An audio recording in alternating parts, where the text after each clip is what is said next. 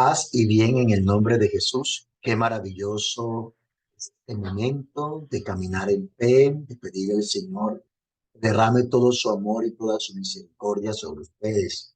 Seguimos en nuestra clase de Derecho Canónico, seguimos avanzando eh, a través de esta clase virtual que nos van ayudando también a descubrir toda esa realidad también de todos los apoyos pedagógicos que tenemos nos ayudan de una u otra manera a dar de vivir.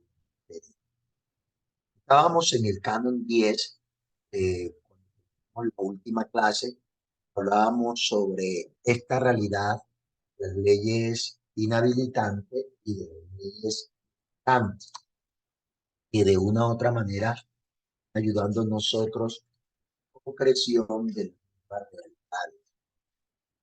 Frente a este punto, canon específicamente 10, me permito un poco fondar con hacia dónde tiende y qué es lo más importante de todo esto y hacia dónde es lo que realmente se requiere para nosotros poder avanzar. Entonces, se ha de considerar inválida o inhabilitante tan solo aquellas leyes en las que se establece que un acto nulo o una persona. Ya lo dijimos y lo hablamos cuando hablamos sobre la fuerza obligatoria y sus efectos de la materia y todo lo que concierne. Vamos avanzando.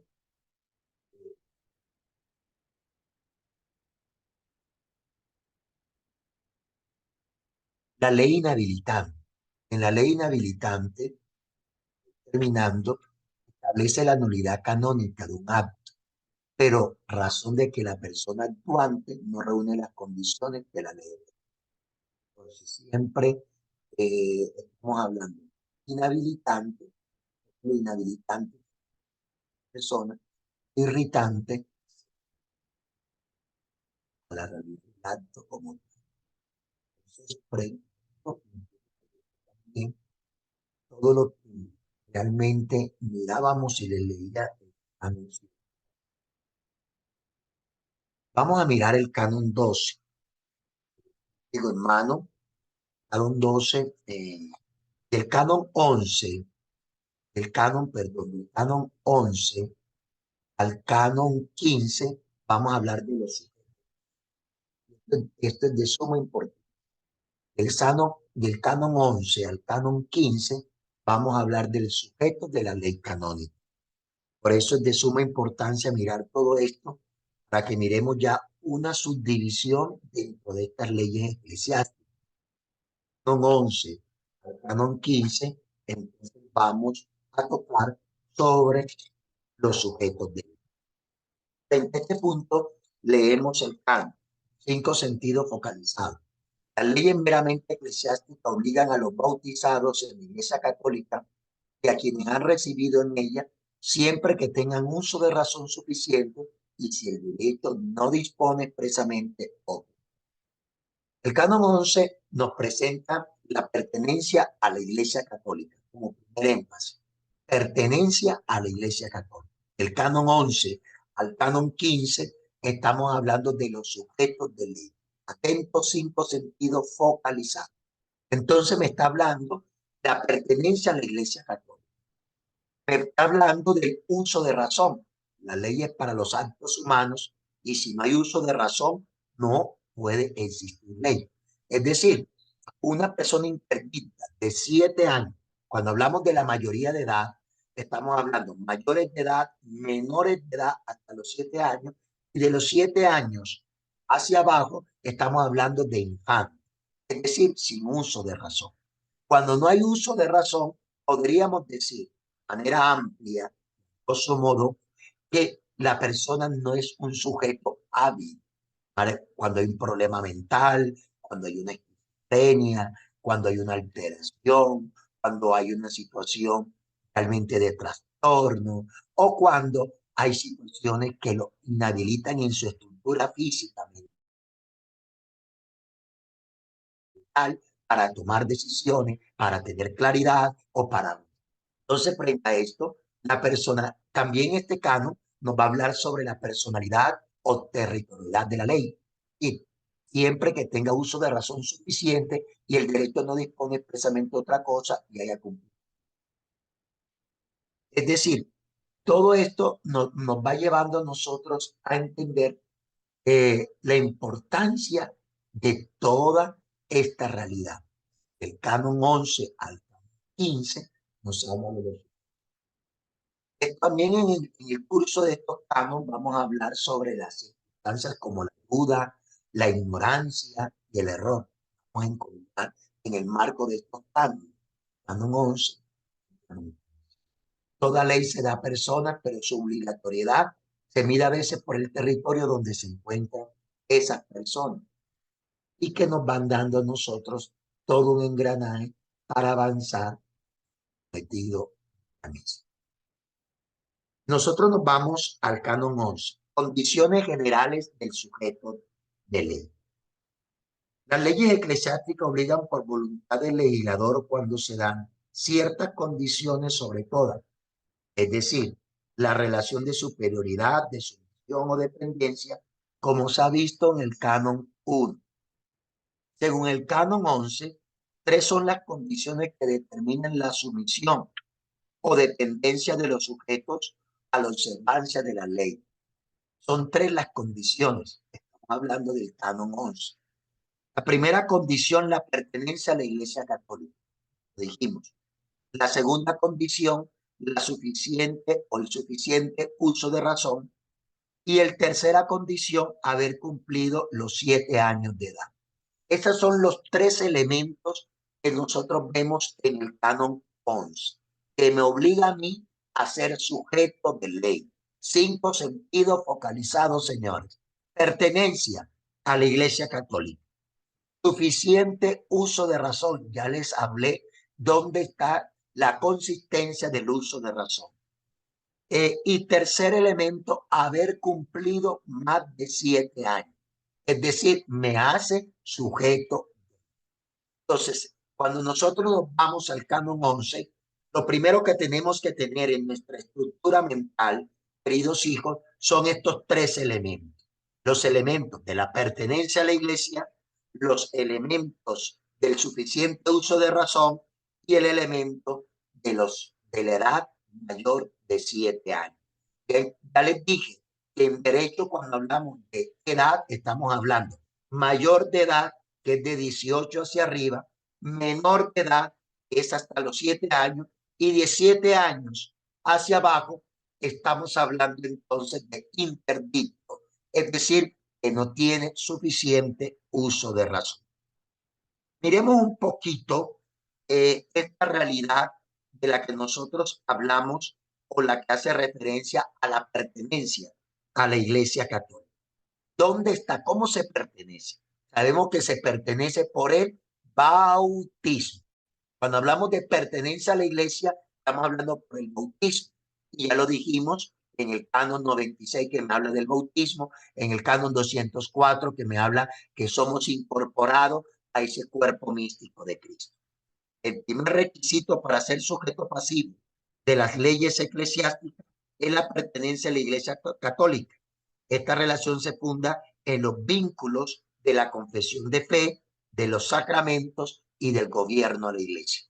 Busque el canon 205. El canon es de suma importancia porque también nos ayuda a entender todo este contenido de la Iglesia Católica. Canon 205.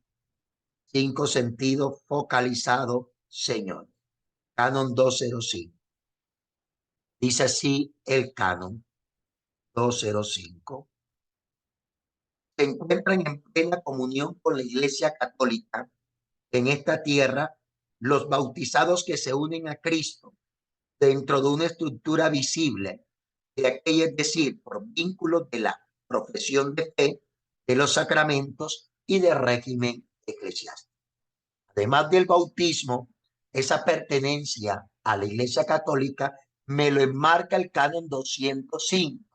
es decir, donde se nos habla de ese principio de comunión. Y el principio de comunión está enmarcado entonces, ¿por qué? Por la profesión de fe, por la vida sacramental y por el régimen eclesiástico. Encontramos entonces que además del bautismo que me inserta en el cuerpo místico de Cristo, entonces aparece el canon 205 como los elementos de pertenencia a esa iglesia católica. También en la pertenencia a la iglesia católica estamos hablando de manera especial en el bautismo, ya lo dijimos, está el canon 204, está el canon 249, está el canon que nos habla de esa inserción a esa vida sacramental, como es el canon 249, como es el canon 204, que nos habla de esa pertenencia de la iglesia por el bautismo, como es el canon 96. Ahí nosotros podríamos ver de manera clara todos los elementos que concierne a este canon cuando se nos habla de la pertenencia a la iglesia. Cuando se nos habla del suficiente uso de razón, está hablándonos de qué, está hablándonos de la razón, que es la capacidad del sujeto de entender o realizar actividades intelectivas. El canon no determina cuánta capacidad debe tener el sujeto, sino que limita, es decir, la que es suficiente, es relativa a la condición de cada persona, la que la hace un sujeto hábil, lo que lo hace un sujeto apto, la que lo hace un sujeto con capacidad para ahondar en todo lo que concierne a un acto jurídico. Y cuando se nos habla de 7 años cumplidos, nosotros nos podemos ir al canon 202. Vamos a ir al canon 202, donde ahí hay una explicación respecto al mismo. Y canon 202 dice, el derecho se entiende por día del espacio de 24 horas contadas como continuas y comienzo a la medida no, a la medianoche, a no ser que se disponga expresamente otra cosa. Semana es un espacio de 7 días, el mes es un espacio de 30 años, un espacio de 365 días, a no ser que se diga que el mes y el año hayan de tomarse según el calendario. Si el tiempo es continuo y el mes y el año han de computar siempre según el calendario, para hablarnos de que la edad son 7 años cumplidos. Aquí esta condición se requiere solamente para las leyes puramente eclesiásticas. Para las leyes puramente eclesiásticas. En la normativa civil pueden existir otros parámetros, pero en la normativa eclesiástica me está hablando de mayores de 7 años cumplidos. Además de esto, es necesario entender que por consiguiente, por motivo del canon no considera criterio suficiente el uso de razón, sino que la asocia al de la edad, que es el principio del tiempo, es el principio ponderante de esta realidad. Aquí entonces nosotros vemos claramente todo el desarrollo del canon 11 bajo los elementos mencionados, que nos ayuda a entender la connotación de este canon, a dónde apunta, cuáles son las directrices del mismo. Vamos a irnos al canon 12. Estamos hablando del canon 11 al canon 12 y aquí estamos hablando de manera especial de los sujetos especialmente de la ley.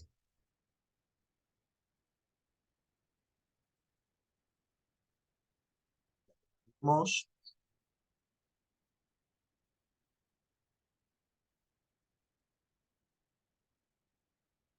El canon 12 hace una referencia importante porque del canon 11 al canon 15 sujeto de ley. Vamos a ir al canon 12. Vamos a ir al canon 12 que nos da todo un camino de lo que nosotros llevamos también.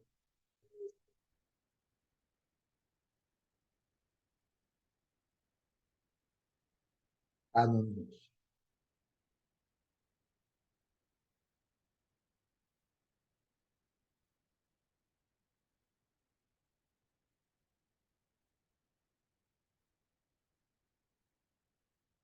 Vemos entonces en el derecho el canon 12.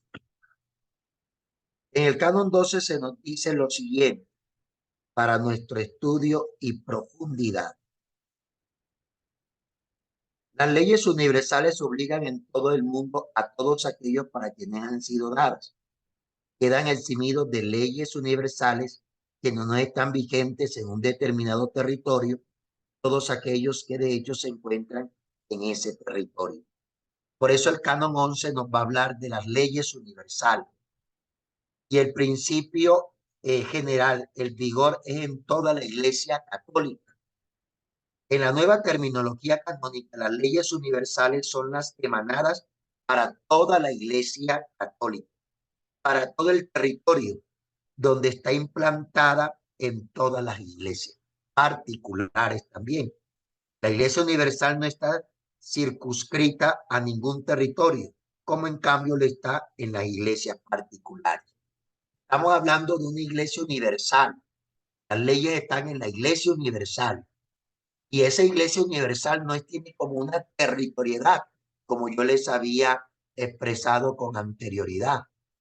No hay una territorialidad.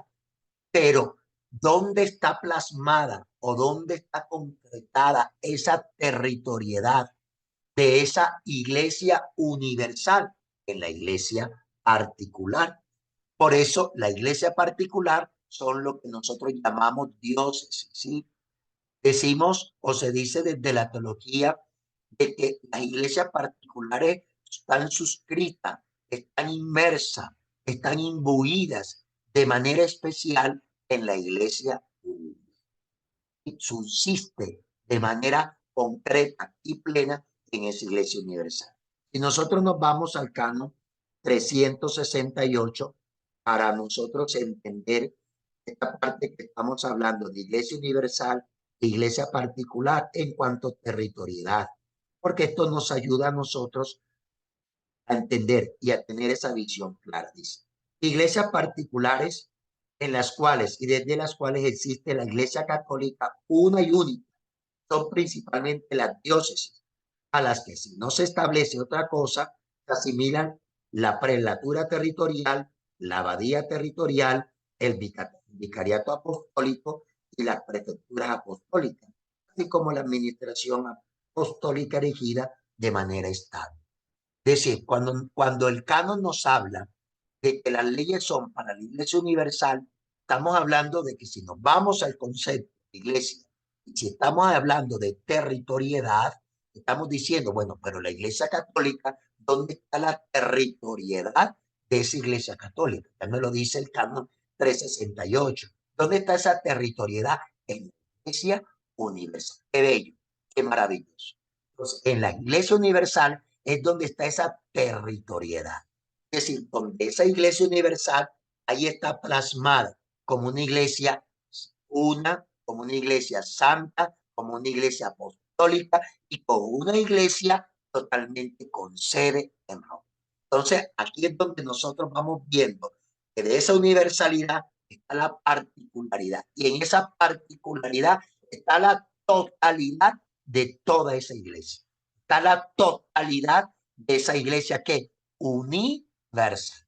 Por eso cuando el canon 12 me habla de esas leyes para la iglesia universal, lo primero que se nos viene a la mente es que la universalidad de la iglesia tiene su concreción en la particularidad, porque es allí donde está la territorialidad. ¿Para qué? Para que el bautizado pueda ser sujeto de ley y las leyes es verdaderamente en él. Es maravilloso esto porque vamos entendiendo todo este concepto eclesiológico a donde realmente tiende.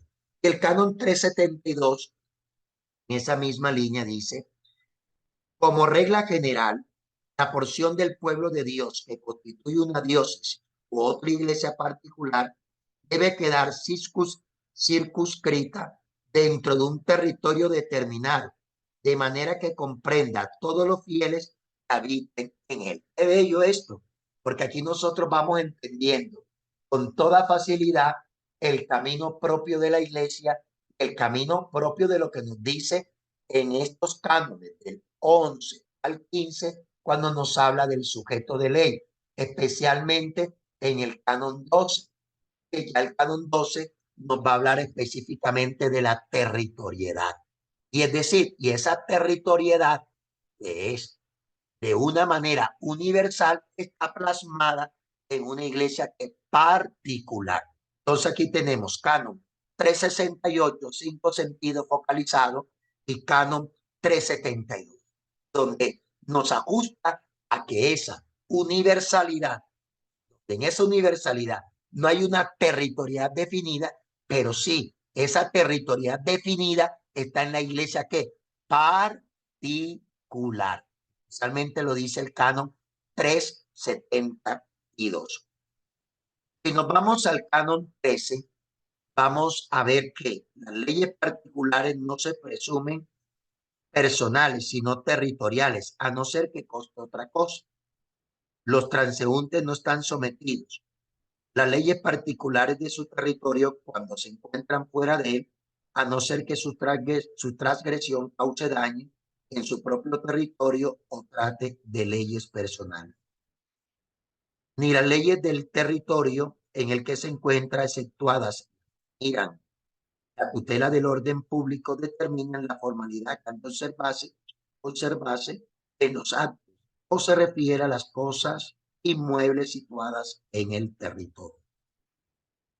El canon 13 nos va a hablar de esa dimensión específicamente de lo que venimos hablando. Es decir, a dónde apunta y cuáles son las realidades propias cuando se nos habla de la ley o de la importancia de esa ley. Condiciones que suscriben, que nos ponen de relieve los elementos propios de ley. ¿Sí? Esto es de suma importancia. ¿Por qué? Porque el canon 13 nos dice de manera clara, las leyes particulares no se presumen personales, sino territoriales, a no ser que conste otra cosa. Siempre cuando hablamos de leyes, tanto el canon 12, el canon 13 van de la mano. Y van de la mano porque estamos hablando de las leyes que se aplican, que se dan a conocer específicamente en un territorio. Dice, no son para leyes personales, sino para las leyes que están y son aplicadas a ese territorio, porque en ese territorio están los fieles. Pero estamos hablando de que hay dos excepciones en ese canon, y está el numeral 1. Los transeúntes no están sometidos a las leyes particulares de su territorio cuando se encuentran fuera de él, a no ser que su transgresión cause daño en su propio territorio se trate de leyes personales. ¿A qué se refiere eso? Estamos hablando de domicilio, estamos hablando de cuasi domicilio y estamos hablando de transeúnte. ¿Quién es el que tiene domicilio, el que permanece en un lugar? El cuasi domicilio es aquel que está en un lugar o otro, vive en ese lugar de manera esporádica, ahí hay un cuasi domicilio.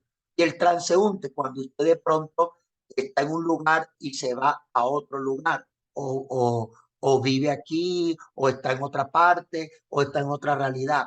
Entonces, cuando te obliga la ley, cuando el delito cometido, así que esa transeúnte afecta o deteriora tu propio territorio. Ahí es cuando se aplica realmente, como dice el canon en el numeral 1.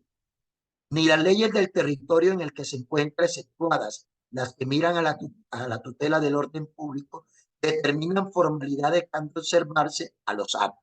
Por eso entonces aquí hablamos del canon 2 y canon 13 que van de la mano, 5 sentidos focalizados. Ya entendemos entonces la territorialidad, estamos hablando del carácter de obligación de esa territorialidad, y ahí en ese carácter obligatorio de esa territorialidad, estamos hablando sobre el domicilio, porque permanece, así domicilio que tiene y es peso de ley, y los transeúntes, los que pasan de un lugar a otro, exceptúa la ley, pero cuando el delito que esta persona de este transeúnte cometió afecta a la realidad territorial, entonces se aplica la ley como tal. Hablamos del canon 14 y canon 15 que van de la mano. Canon 14 y Canon 15 van de la mano. Dice, las leyes, aunque sean invalidantes o inhabilitantes, no obligan en la duda de derecho o en la duda de hecho, pueden los ordinarios dispensar de la misma como tal, que tratándose de una dispensa reservada, suele concederla la autoridad quien reserva. Entonces, yo les hacía una explicación sobre la duda de hecho y la duda de derecho. En la duda de derecho hace referencia especialmente a aquellas leyes dudosas, es decir, el canon 14 nos habla de la duda de hecho y duda de derecho. Ejemplo, una duda de derecho. Hay normas o hay realidades, hay de pronto situaciones, delitos que se hacen cuando hablamos de duda de derecho, es que no está totalmente contemplada en la normativa jurídica eclesiástica. Y como no está contemplada en la normativa jurídica eclesiástica, entonces hablamos de una interpretación de esa ley y hablamos de la complementariedad de las leyes eclesiásticas para poder aplicar una pena al sujeto que ha cometido un delito. Un ejemplo, en la ley no está contemplada la tala de árboles. Hoy en día se nos habla de la casa común, es decir, quien tala, quien hace esto, lo otro, quien acabó un bosque, está contemplada como una norma, ¿sí? Como un peso de ley, como una realidad jurídica, pero puede entonces ser de una u otra manera. Eh, ¿Y por qué es duda de derecho? ¿Por qué? Porque no se tiene la claridad que esa situación llega o que está contemplada directamente en el derecho. Por eso vamos a hablar de las leyes dudosas. La primera situación considera por el canon que es ley dudosa o que entraña una duda. Noción. La ley dudosa es aquella ley a la que falta la certidumbre o claridad, que es una característica de toda la ley. La falta de certidumbre de la ley por razón de su objeto puede ser de derecho, una duda de derecho, una duda de hecho. ¿A qué se llama duda de derecho? Se llama el dubium iuris. ¿A qué se llama duda de derecho? Cuando no consta ciertamente la existencia de la ley, o si hay dudas sobre su promulgación, extinción, sobre su vigor jurídico actual, o sobre la cesación, sobre el sentido de las palabras. También en este caso el código considera la ley desde su aspecto objetivo y no desde el subjetivo. Se duda de derechos porque la duda recae sobre la misma ley en cuanto es lo que les acabo de decir y enunciar. Es decir, aquella situación, aquella realidad que se ha cometido, no se tiene la claridad si está contemplado totalmente en el derecho, en la ley que se ha promulgado. O en muchos campos también se tiene si ya esa ley ha cesado o no ha cesado. Y esa ley ha dejado de estar o no ha dejado de estar. Si esa ley tiene funcionalidad o no tiene su funcionalidad. O si la ley realmente promulgada alcanza o no alcanza el hecho que se ha realizado, la situación que se ha realizado para poder aplicar dicha ley. Por eso hablamos duda de derecho. La duda de hecho, cuando hablamos de duda de hecho, estamos hablando del dubium facie, es decir, el dubium facie, es decir, el hecho como tal. Cuando la duda recae sobre un hecho concreto, que no se sabe si cae dentro de las disposiciones de una ley de por sí clara y cierta, la cual produce sus efectos. Es decir, una persona que supuestamente, ya les dije, es una duda de hecho, el hecho como tal. Yo no sabía que ese sacerdote que de pronto llegó a la parroquia era un sacerdote falso. Y yo le dije, bueno, mire, ¿cómo está usted? ¿Cómo se siente? Y él dijo, no, padre, yo quiero presidir la Eucaristía. Entonces, yo no le pedí credenciales, no le pedí nada. Entonces, yo supuse que él era sacerdote, porque lo vi de clérima. con todo el vestimento y con toda la vestimenta propiamente eclesiástica. Lo vi hablando con propiedad de la iglesia, del papa, de los documentos, de todo lo que concierne. Entonces, aquí hay una duda de hecho, en que yo no sé si es o no es sacerdote. Entonces, este sacerdote presidió la Eucaristía. Que hay una duda de hecho, una duda de hecho. Es decir, yo no sé en el hecho concreto si es esta persona o no lo es sacerdote o no lo o si es sacerdote. Por eso, cuando recae sobre el hecho concreto que no se sabe dentro de las disposiciones de una ley de por sí clara y cierta, la cual produce sus efectos. Es decir, está produciendo unos efectos. Un ejemplo, el que ese sacerdote que celebró la Eucaristía, es decir, asistió a un matrimonio, está produciendo unos efectos, los efectos del matrimonio como tal. Está asistiendo ese matrimonio, está produciendo esos efectos. Entonces, estamos hablando de una duda de hecho y de una duda de derecho. Efectos jurídicos de la duda. Cuando hablamos de la duda de derecho, ¿sí? Y de la duda más adelante de hecho. ¿Cuáles son los efectos jurídicos?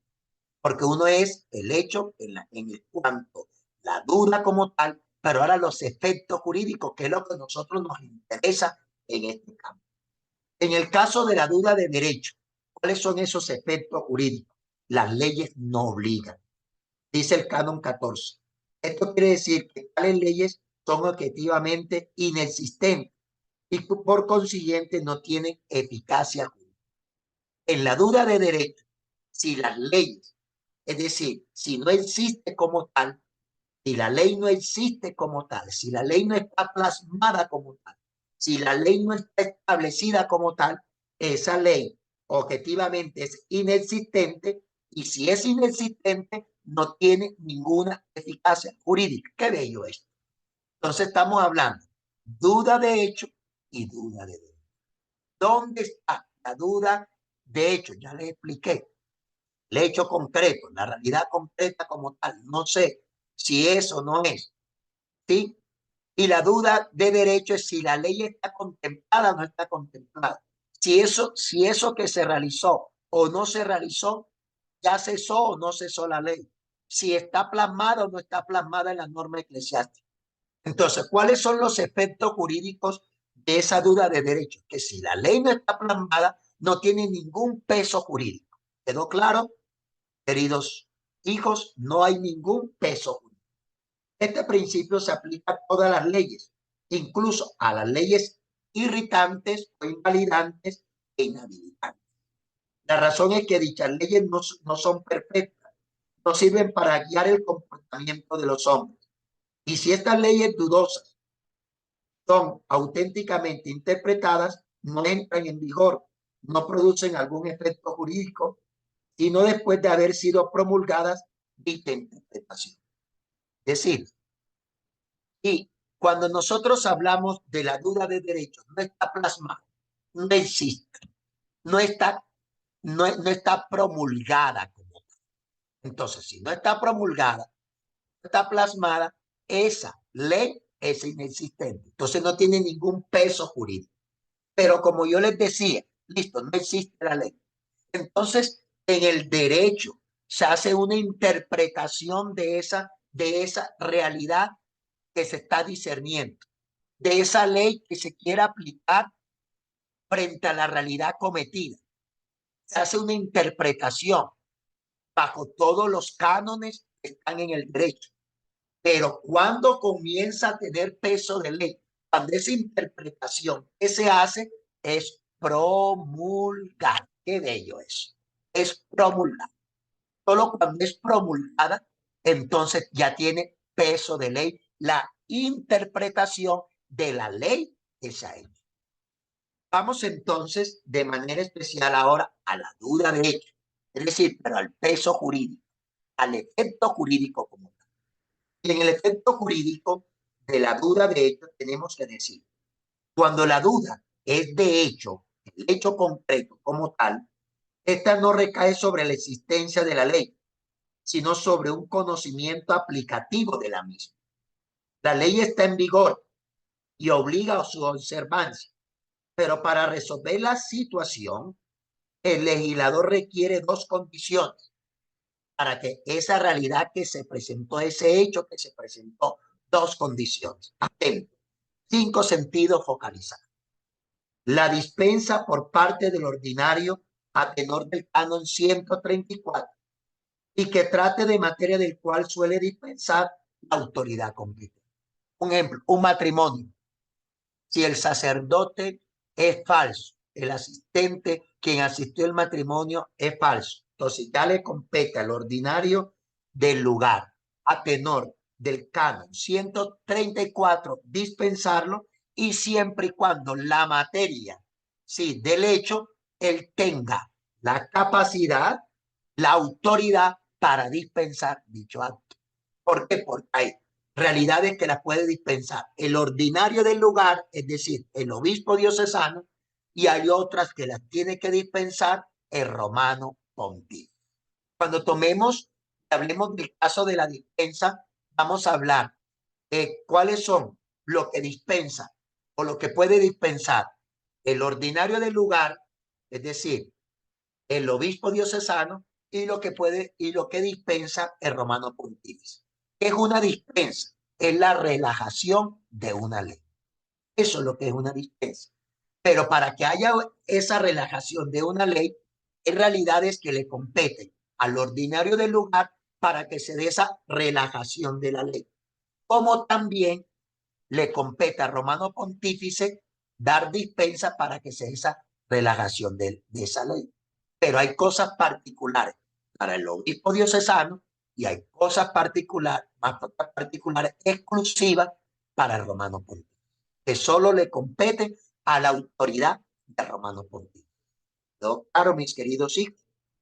Por eso, cuando hablamos de esto, estamos hablando de cosas particulares en la duda de hecho. ¿Cuáles son las cosas particulares en la duda de hecho? En la duda de hecho podemos encontrar eh, acerca de la potestad ejecutiva, acerca de la validez del rescrito, eso hablando de todo lo concerniente a la duda como tal. ¿Ya quedó claro estos dos elementos? Atento, 5 sentidos focalizados. Entonces estamos hablando de duda de hecho y estamos hablando de duda de derecho. La duda de derecho, la ley como tal, y la duda de hecho, el caso. Vamos al canon 15. En el canon 15, que va relacionado con el canon 14. Dice, la ignorancia o el error acerca de las leyes invalidan o inhabilitan o hacen inhabilitante, pero no impiden su eficacia mientras no se establezca expresamente otra cosa. No se presume la ignorancia o el error acerca de una ley o de una pena de un hecho propio o de un hecho ajeno notorio. Se presume mientras no se pruebe lo contrario acerca de un hecho ajeno no notorio. Eso lo dice el canon 15. Cuando el canon 15 nos va a hablar de manera especial sobre los elementos propios de lo que tenemos que tener en cuenta: ignorancia y error. Es decir, cuando hablamos de ignorancia, hablamos del desconocimiento, olvido o advertencia. Es decir, no me preparé, no asimilé la ley, no estudié la ley, tenía que conocerla, pero la ignorancia no hace, no, o sea, no coacciona los efectos de aquello que yo tenía que saber y no lo sé. Es decir, podemos hablar de un atenuante. En derecho nosotros hablamos de dos cosas: atenuante y agravante. El atenuante es que por desconocimiento de una ley se puede atenuar, es decir, el peso de esa ley, atenuante. Y agravante es que por una situación se agrava más el hecho que yo he cometido. Por eso en derecho siempre hablamos de estas dos connotaciones: atenuante y agravante. Vamos a mirar un poco sobre esta realidad importante que nos está hablando el canon 15. Cuando nosotros hablamos de la ignorancia, es la falta de conocimiento de una cosa. En el caso concreto es el no conocimiento de la ley y de las circunstancias de aplicación que los destinatarios deben conocer. El legislador no distingue, como normalmente hace la doctrina, los diversos tipos de ignorancia. Hay ignorancia invencible, ignorancia vencible, ignorancia culpable, ignorancia simple. Es decir, esto se ve cuando es una ignorancia culpable. Es decir, aquella ignorancia que yo teniendo que conocer las cosas, no la hago. Eso es una ignorancia culpable. Cuando es una ignorancia invencible, que yo no tengo, no me da a mí para acceder a la norma. No tengo la capacidad, no tengo los elementos cognitivos, no tengo la asimilación para asimilar esa ley. Cuando hablamos de ignorancia vencible, es que de pronto hay una desidia interna. No quiero por negligencia, por situaciones, por esto, entonces se hace vencible. ¿Y cuando se hace una ignorancia simple? Cuando en los parámetros realmente hay un mero conocimiento, pero no hay una profundidad de esa ley como tal. Entonces vemos las categorías de ignorancia. Ignorancia invencible, ignorancia vencible, ignorancia culpable, ignorancia simple. Cuando nosotros hablamos de los efectos jurídicos, tenemos que decir que el legislador distingue los efectos jurídicos según la naturaleza en la razón de la materia. Por eso hay efectos jurídicos en las leyes irritantes o inhabilitantes. ¿Cuáles son las leyes irritantes? Es decir, las que se refieren al acto como tal. Y las leyes inhabilitantes, aquellas que se refieren al sujeto como tal. Por eso aquí estamos hablando de esta connotación. Acerca de la ignorancia o el error de las leyes irritantes o invalidantes o inhabilitantes, el canon 15 en el parágrafo 1 establece un principio general y la exención correspondiente. ¿Cuál es el principio general? Es que la ignorancia y el error acerca de las leyes invalidantes e inhabilitantes no impiden su eficacia. Es decir, cuando nosotros hablamos de leyes inhabilitantes, estamos hablando del sujeto. Cuando estamos hablando de leyes irritantes, estamos hablando de lo que hace el acto nulo. Si yo no conozco las leyes, ¿sí? Y si yo no conozco la norma como tal, teniendo que conocerla, aunque haya lo que nosotros hablamos, una realidad inhabilitante en cuanto al sujeto o una realidad en cuanto a las leyes irritantes, no podemos decir, no se exime el peso de la ley. O sea, tiene efectos jurídicos, que puede haber un atenuante, pero tiene efectos jurídicos como tal. Tiene efectos jurídicos. Ya lo decíamos, un ejemplo. Ejemplo frente a eso, en la ignorancia de la ley. Yo ignoré la ley en una ley inhabilitante del sujeto. ¿O cuál es la ley inhabilitante del sujeto? Es decir, aquella realidad que lo hace incapaz.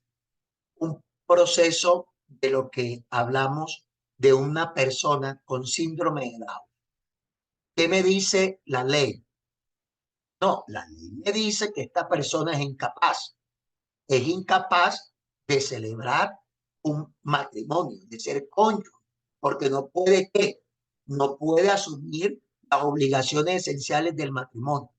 Yo como sacerdote, ¿qué hago? Yo no tengo en cuenta eso.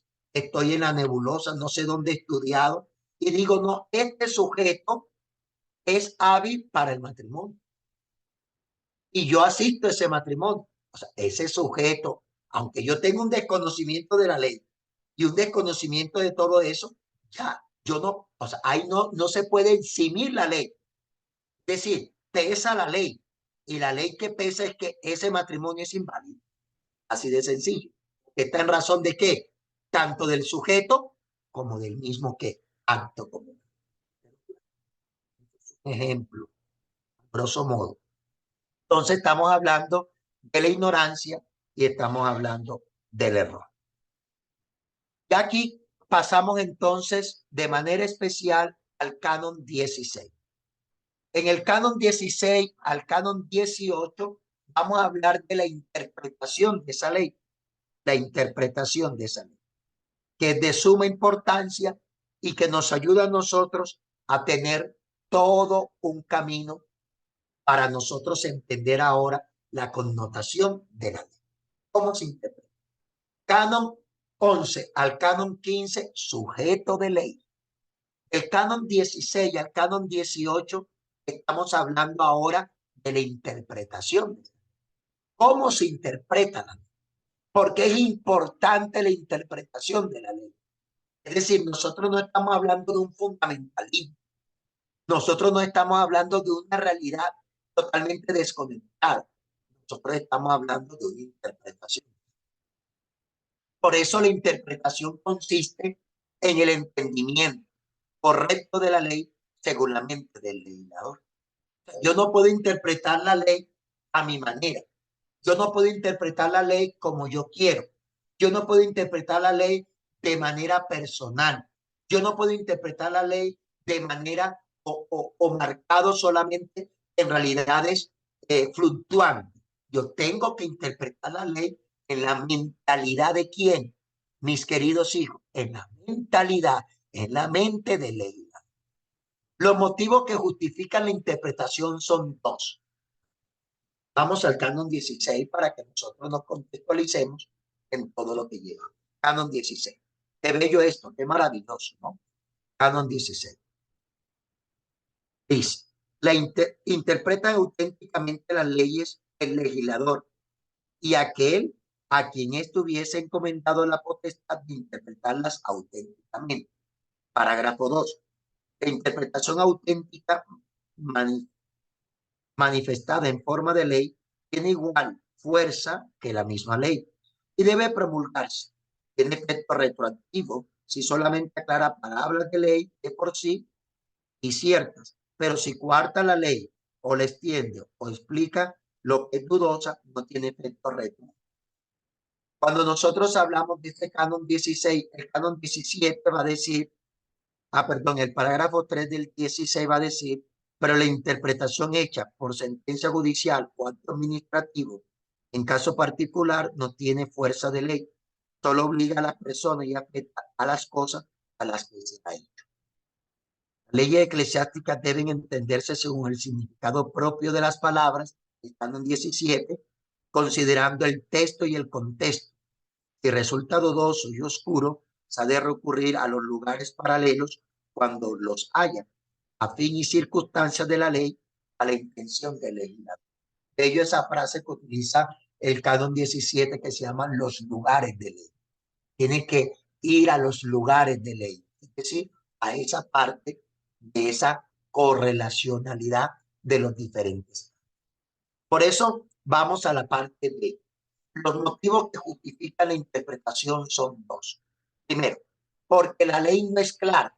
Eso amerita una interpretación de la ley. O no resulta evidente la mente del legislador. Solo así podemos ir a la interpretación de esa ley. Otro motivo que se puede dar para la interpretación de la ley, porque puede surgir dudas en su aplicación. Si hay dudas en la aplicación de esa ley, tiene que hacerse una interpretación de esa ley. Y ya el canon nos lo dice. ¿Cómo se hace esa interpretación de esa ley? Hay que ir a los lugares, ¿sí?, maravillosos para ir a alimentar esa ley. ¿Por qué pueden surgir dudas en su aplicación? Los elementos constitutivos de la interpretación. Por eso pueden surgir dudas en la aplicación. Primero, por la voluntad del legislador.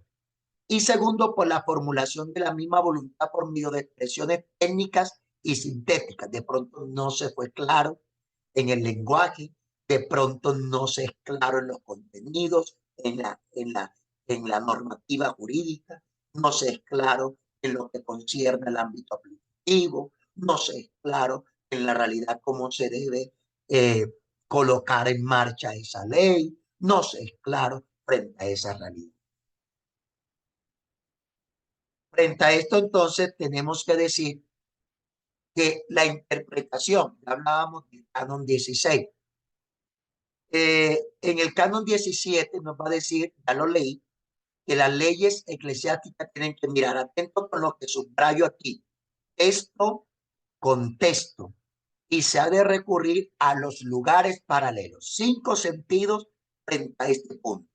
Esto, contexto, y se ha de recurrir a los lugares paralelos. Ya yo hago aquí la comparación en el código del 18, del 17, de 1917, especialmente acá está plasmado en el canon 18. Dice, las leyes eclesiásticas deben entenderse conforme a la significación propia de las palabras, considerando el texto, el contexto. Si la significación permaneciera dudosa y oscura, se ha de recurrir a los lugares paralelos del código, si es que existen, al fin y circunstancias de la ley y a la mente del legislador. Aquí nos está hablando en el Código de 1917. Frente a esto, ¿qué tenemos que decir? La interpretación doctrinal del canon 17. Mire que es que esto es importante, muchachos, porque no es solamente el canon, sino el contexto. ¿Dónde está el canon? ¿Qué es lo que quiere decir el canon? ¿A dónde profundiza? Cuando dice texto, contexto, lugares, ¿qué es lo que se requiere? Y ahí nosotros vamos saboreando vamos nosotros adentrándonos a esta profundidad del derecho. El legislador establece reglas de interpretación de la ley cuando el sentido es dudoso y oscuro. Interpretación, interpretación literal. La primera regla es que las leyes eclesiásticas deben entenderse según el significado propio de las palabras, considerando el texto y el contexto. Es decir, yo tengo que leer el texto, pero también tengo que tener claro el contexto de la ley, el contexto de esa ley. Es decir, una ley sin contexto es una ley que va a crear estragos, que va a generar dificultades, que va a generar falencias, que va a generar fisuras, que va a generar. El primer lugar es el texto, ¿sí? El primer lugar es el texto. ¿Y esto es el canon? La frase dentro del canon, el significado concreto y preciso. El segundo lugar, que es el contexto. ¿Dónde se encuentra el canon? ¿Dónde se desarrolla el canon? ¿Cuál es el ambiente del canon? ¿Cuál es la realidad que rodea el canon? ¿Cuál es el ambiente jurídico que rodea el canon? Por eso tenemos que ver el título, la sección, la parte del libro, que es el contexto que podría decir el Concilio Vaticano II. Título, el título, la sección y la parte del libro, para nosotros ubicarnos en ese campo, porque de lo contrario entraríamos en un fundamentalismo totalmente erróneo, en un fundamentalismo marcado solamente en una interpretación leguleya, que no lleva a una realidad profunda que nos ayuda a concretar las realidades propias del mismo. Reglas subsidiarias en este campo de la interpretación. Hay una regla subsidiaria. Y esa regla subsidiaria es lo que dice el canon. ¿Cuáles son? Los lugares paralelos, queridos hijos. Por eso los lugares paralelos son las leyes diversas de aquella que se quiere interpretar sin subsistir, en los cuales se trata la misma o semejante materia o persona. Los lugares paralelos. Este canon, ¿cómo lo relaciona? Estas normas a los lugares paralelos. Por eso hablamos de una regla subsidiaria. En primer lugar, para buscar las menciones de las leyes es el código. No se puede buscar leyes subsidiarias fuera del código. Las leyes subsidiarias tienen que estar en el mismo código, en la misma realidad. Es allí donde está la interpretación de la ley. El canon consiste en buscar otras leyes que no se encuentran en el código, como las emanadas por la curia romana o las contenidas en los libros litúrgicos. Es decir, hablamos allí de otras leyes, emanadas de la curia romana o en los libros litúrgicos, en aquello que concierne a toda la materia litúrgica común. Por eso hablamos de derecho litúrgico. Interpretación, canon 17. ¿Cuál es el fin de la ley? Atento a esto. ¿Por qué se tiene que interpretar la ley? Porque tiene una finalidad. Toda ley tiene una finalidad específica que se distingue del fin común de cada ley. Es el de favorecer la misión de la iglesia, o sea, la salvación de los hombres. Las circunstancias de la ley. La ley eclesiástica se da en las dimensiones de tiempo y espacio, es decir, responde a las necesidades de la persona.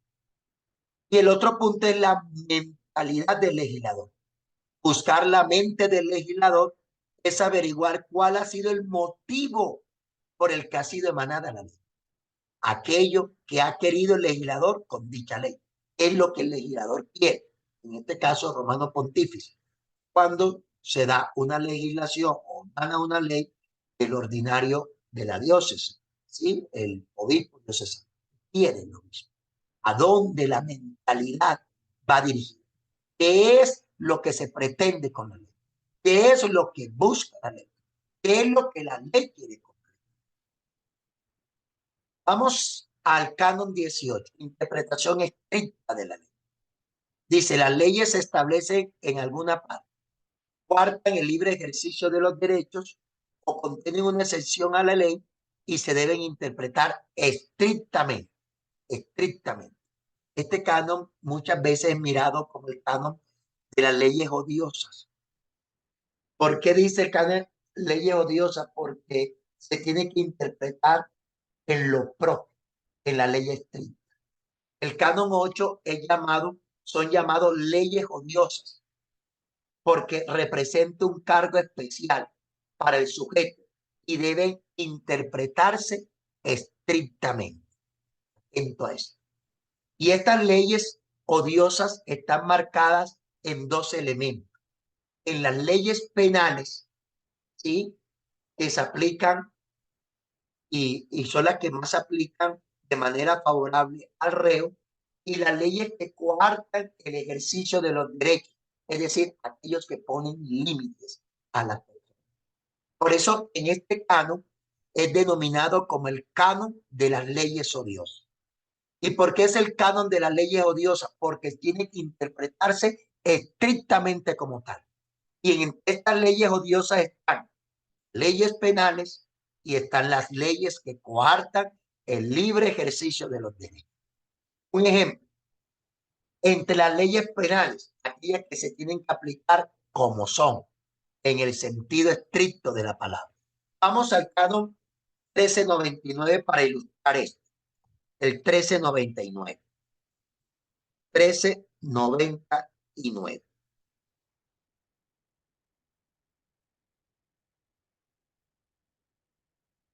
Dice, aparte de los casos establecidos en esto otras leyes, la infracción externa de una ley divina o canónica no solo puede ser castigada con una pena ciertamente justa, cuando así lo requiera la especial gravedad de la infracción y urge la necesidad de prevenir o reparar el escándalo.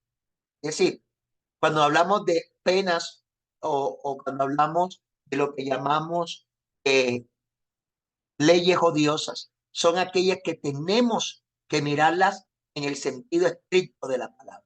Si hay un delito, tiene una pena. Y ese delito tiene que ser reparado, es decir, tiene que aplicarse estrictamente como tal. Una persona que tomó las especies sagradas, quedó excomunión, la sentencia. Aplica la ley estrictamente. Y no solamente se tiene que aplicar la ley, sino que además de eso, tiene que entrar en un proceso de reparación de esa, perdón, de ese delito que ha cometido, de esa realidad que ha infringido, de eso aquello que ha violentado. Por eso el canon 18 es llamado el canon de las leyes odiosas. En el campo penal, ahora, en el en el campo penal, vamos a ir al canon 1313. 1313. Qué bello el derecho. 13:13.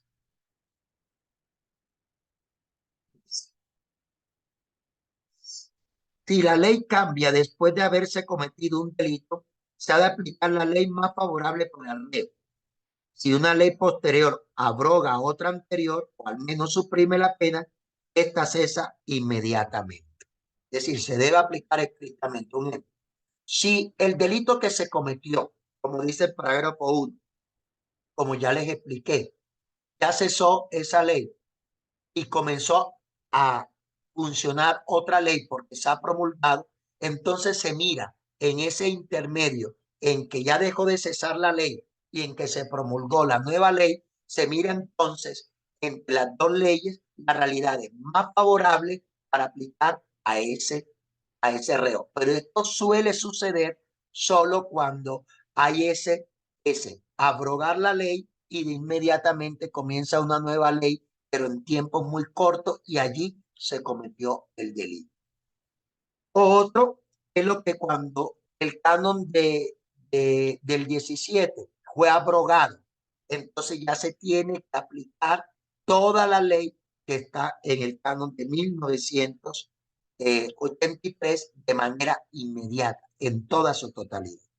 Eso es lo que hablamos de leyes penales, aquellas que tienen que aplicarse estrictamente. ¿Cuáles son esas leyes? La otra odiosa, ¿cuáles son esas leyes que privan el libre ejercicio de los derechos? Ponen límite. ¿Cuáles son esas? Es decir, una persona que es menor de edad dentro de los parámetros propiamente del derecho. Es decir, el derecho propone 14 y 16. Entonces ella a los 13 años dice, no, es que yo me quiero casar porque es mi derecho, pero es que la norma dice que es 14. O él que tiene 16, ¿sí? No, es que yo tengo 15, es que es mi derecho de casarme. No, hay una norma aquí. Entonces odiosa porque está privando un libre ejercicio de la libertad, un libre ejercicio de tu derecho. ¿Cuál es un derecho? Que tú escojas. Es un derecho tu contraer matrimonio. Entonces, por eso hablamos de leyes odiosas porque coartan el libre ejercicio de ese derecho. El canon 218 lo va a decir un poco frente a lo que estamos hablando, a lo que estamos reflexionando en esta mañana. El canon 218 dice lo siguiente: quienes se dedican a la ciencia sagrada gozan de una justa libertad para investigar, así como para manifestar prudentemente su opinión sobre todo aquello en lo que no son peritos, guardando la debida sumisión al magisterio de la Iglesia. Lo dice el canon 218 en cuanto a esa libertad de ser. Aquellos que en la libertad. Y el canon 1094 que se va apuntando a lo que estamos reflexionando en este momento porque cuarta el libre ejercicio de lo que estamos, de un derecho. Canon 1094. Vamos al canon 1090. El canon 1094 me va a decir, no puede contraer válidamente matrimonio entre sí quienes están unidos por parentesco legal proveniente de la adopción en línea recta o en segundo grado en línea colateral. Esa es la aplicación de la norma como tal. Ellos se quieren casar, pero no pueden casarse. Es decir, ¿cuál es la adopción? Aquella persona que adoptó un matrimonio, ¿no? Normal y adoptó a una niña. Esa niña creció a los 20, ya tiene 22, 24, 25 años. La esposa del señor murió. Entonces, él dice, yo me voy a casar con esta hija que adopté. No se puede casar. ¿Y por qué no se puede casar? Porque la adopción hace referencia a línea directa. ¿Y qué es una línea directa? Es decir, de papá a hijo. Es decir, hay una paternidad en línea directa. Ya no es que ya no es nada mía. Los papás son de otros. Su línea sanguínea es otra. No. Acá la adopción hace referencia a línea directa. Eso somos. ¿Listo? Seguimos avanzando en lo que se nos habla esta realidad. El ejemplo de este canon 18 es que la interpretación escrita considera religioso al profeso y no al novicio. O sea, aplica sería considerar religioso y también al novicio. Interpretación escrita, ya lo vimos, interpretación de las leyes penales, todo lo que ya acabamos de decir, es aquella que hace según el significado más estrecho y propio de la palabra, son aquellos que establecen una pena contra la posible transgresión, y ya lo expliqué. Leyes que limitan el libre ejercicio de los derechos, ya lo expliqué. Ejemplos del canon 1083, ya lo expliqué frente a lo que les acabo de decir, que nos ayuda a tener una visión clara.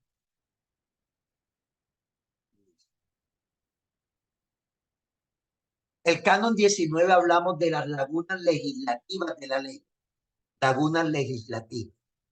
Cuando sobre una determinada materia no existe una prescripción expresa de la ley universal o particular o una costumbre, la causa, salvo que sea penal, se ha de decidir atendiendo a las leyes dadas para los casos semejantes, a los principios generales del derecho, con equidad canónica, a la jurisprudencia, a la práctica de la curia romana y a la opinión común y constante de los doctores.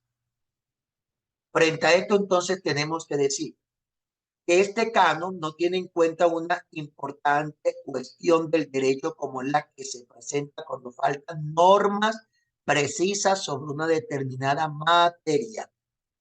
En primer lugar, el legislador es consciente que no todas las situaciones de la vida humana están reguladas por las normas. Eso lo tiene claro el legislador.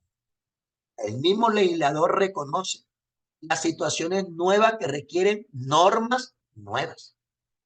El juez no goza de libertad supletoria, sino que debe aplicar la ley existente.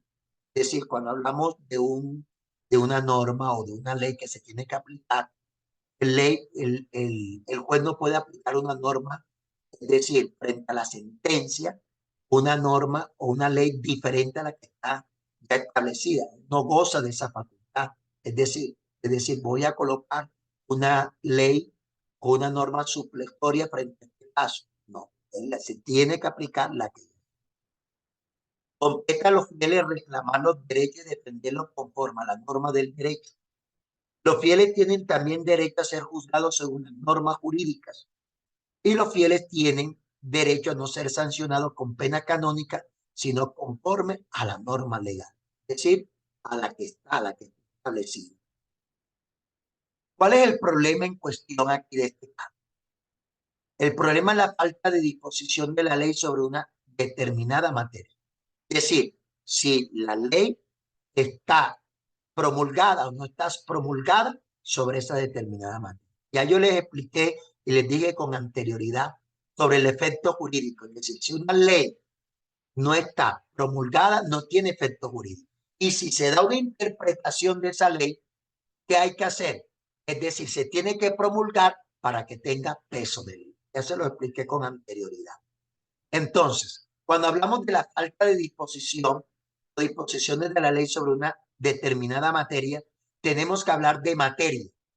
El término materia no significa una cosa tangible, sino aquello que es el objeto de la ley, es decir, un caso concreto. La falta de disposición expresa que se refiere a la falta de una norma para un caso concreto. Hay que destacar aquí que no hay una ley aplicable al caso.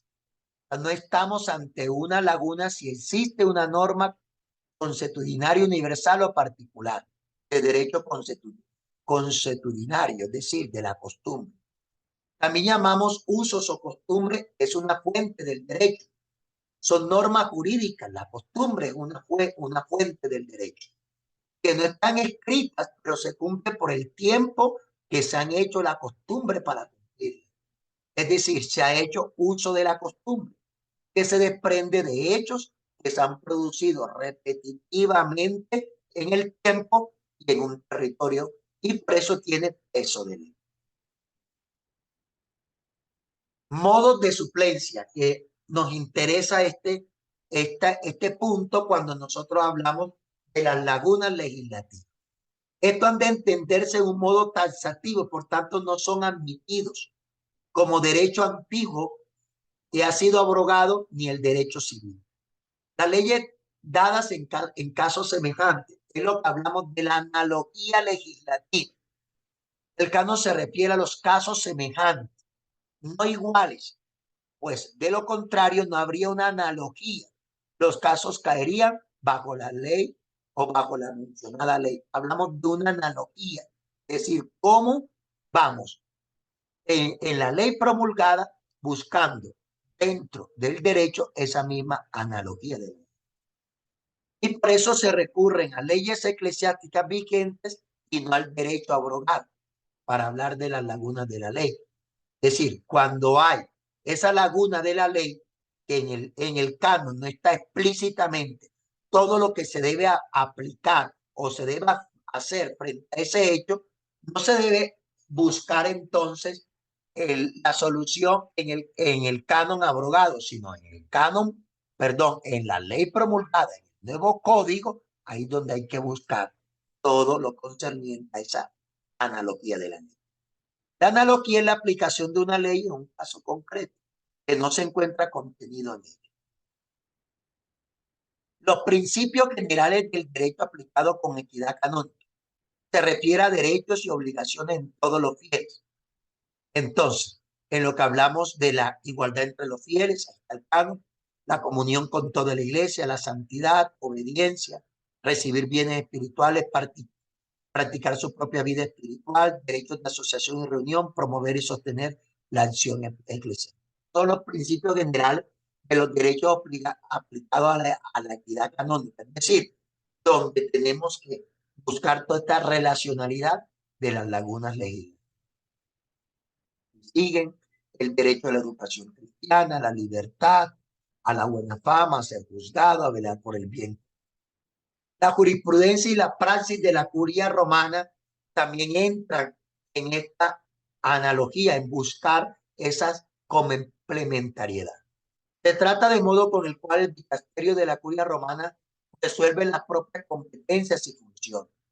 Las decisiones tomadas tienen un valor jurídico limitado a los casos concretos y a sus destinatarios. Ya dijimos que también entraría la curia romana como parte supletoria, ¿no? Y el parecer común y constante de los juristas o doctores. El último modo de derecho supletorio es el recurso de las doctrinas de los canonistas, es decir, lo que llamamos la famosa jurisprudencia eclesiástica. Ha dicho lo que se ha durante toda la historia sobre ese caso, sobre lo que ese caso se ha estudiado, sobre lo que en ese caso se ha estipulado durante. Cuando hablamos del canon 2021, vamos a hablar de la revocación de la ley eclesiástica. Cuando hablamos de la revocación de la ley se llama abrogación o derogación. ¿Qué es abrogar? Es una ley, significa sustituirla por otra, anularla completamente. Derogar consiste en cambiar parcialmente esa ley. Por esta razón, hablamos de la revocación general, el canon 20. Y en la revocación general hablamos la autoridad competente para revocar una ley. La autoridad competente para abrogar o derogar una ley es aquella que puede dar una ley, es decir, quien tiene la potestad de jurisdicción legislativa. Es decir, ni el párroco, ni el vicario, no es que yo voy a abrogar esta ley. ¿Cómo así? No tiene la potestad. Tiene la potestad es quien legisla, de donde emana la ley. Son sujetos de la potestad legislativa. ¿Quiénes son los sujetos de esa potestad legislativa? El romano pontífice, el colegio episcopal, en comunión con el obispo en un concilio ecuménico. Concilio Vaticano I, Concilio Vaticano II. Allí es donde se puede abrogar o derogar. ¿Quién puede abrogar? El romano pontífice. El colegio episcopal en comunión con el Papa, o cuando se da un concilio ecuménico, es decir, citado lo que podemos llamar anunciado, invocado, convocado por el romano pontífice. En cada diócesis o suscripción eclesiástica, el obispo ejerce personalmente la potestad legislativa y también reunido con los demás obispos en concilio particular o en conferencia episcopal y en sínodo diocesano. ¿Cuáles son los modos de revocación? Qué bello esto, modos de revocación. Hay un modo expreso y hay un modo del que realmente nosotros vamos a ver cómo es ese modo expreso. El canon 20 requiere que la ley posterior indique expresamente que la ley precedente queda abrogada o derogada. Ejemplo, el canon 6, parágrafo 1. Desde la entrada en vigor de este código se abroga, numeral 1, el Código de Derecho Canónico promulgado en el año 1917. Ahí está. Y el otro modo es directamente contraria. El segundo modo de anular o sustituir una ley se lleva a cabo cuando el legislador emana la ley contraria a la precedente y resulta evidente que no puede ser observadas las dos leyes al mismo tiempo. Es decir, en ley contraria es que la ley que se promulgó no puede, al mismo tiempo, no se puede de una u otra manera ser contemplada, sino que la anterior tiene que desaparecer y aparece de una vez la que se está promulgando. O el objetivo de la revocación. ¿Por qué se revoca una ley? Principio general. Y hay unas exenciones. La ley universal no deroga a la ley particular o especial, y menos podrá abrogarla. Una ley universal no deroga a la ley particular o especial, o al menos podrá abrogarla. La ley universal interesa a toda la iglesia. Las leyes particulares, ¿a dónde interesa? Al territorio. El legislador universal no sustituye el legislador particular. Es decir, puede ser nombrada una ley universal, pero en la diócesis hay unas leyes particulares que si se ajustan y están en la normativa del derecho, esa ley universal no abroga lo particular, a no ser que vaya contraria a la norma general. El canon admite la posibilidad de que la ley universal abrogue o derogue una ley particular, no solo territorial, sino personal, y de la ley especial. Solamente lo permite, pero sí se necesita. O si esa ley particular va en contra de aquello que realmente se ha promulgado. Bueno, entonces aquí vamos dejando y vamos ahondando, porque ya viene el canon 21 en caso de duda. No se presume la revocación de la ley precedente, sino que las leyes posteriores han de compararse y en la medida de lo posible conciliarse con las anteriores. Es lo que llamamos la revocación dudosa. Vamos a dejar hasta allí. Que Dios Todopoderoso les bendiga, que llene de amor, de paz. Y ya al canon 21 vamos a hablar de esa canonización de la ley. ¿A dónde entra esa canonización de la ley y cuáles son los parámetros a seguir? Bendiciones para todos.